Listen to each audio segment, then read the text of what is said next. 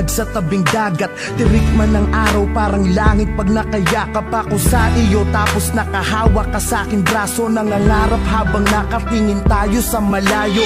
Ang dami kong hiling, ang dami kong gustong gawin, mga bagay upang pag-ibig ko'y lalo mong damdamin. Gusto ko yung ganito, yung hawak ko ang yung kamay magkaakbay.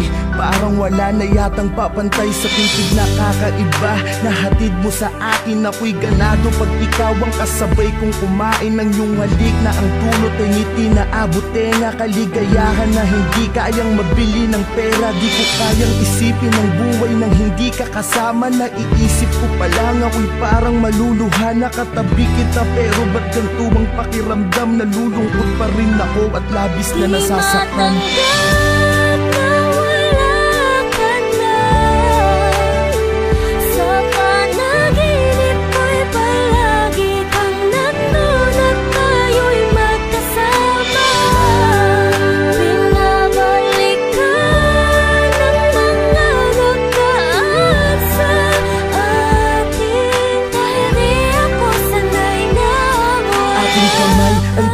Isa at ikinorting puso, tanda ng pag-iibigan nating hindi susuko sa kahit anong hamon sa ating pagsasamahan. Tumanda man tayo, hindi magkakasawaan. Gusto ko yung ikaw ay lagi kong sinusurpresa. Walang imposible pagdating sa'yo, aking prinsesa. Dito tayo sa gitna ng hugis pusong kandila. Magpapakaromantiko ko upang mapangiti ka. Mga litrato natin ay itatali sa mga lobo. Kakantahang kita kahit medyo wala sa tono, maipadama ko lang kahit sa simpleng paraan kung paano kita mahalin at pahalagahan. Sinusumpa ko sa harapan ni Ama na sa lahat ng sandali at oras mahali-ingatan kita.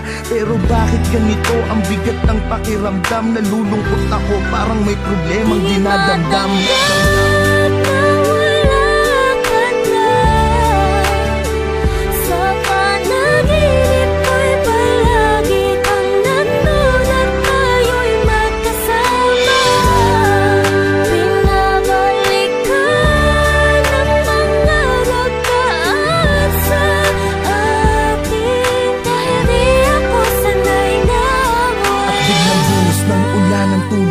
Naudlot, panaginip lang pala sa tabi ng iyong puntod. Mata ko'y ipinikit, pinilit muling matulog. Di alintana ang patak ng luha na nahuhulog sa aking mata.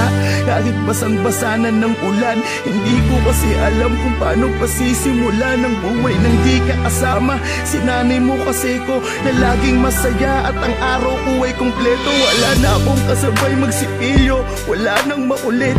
Nauupo lagi dito sa binti ko. Wala na akong kasubuan kapag kumakain. Sa tuwing at 13, wala na akong susurpresahin.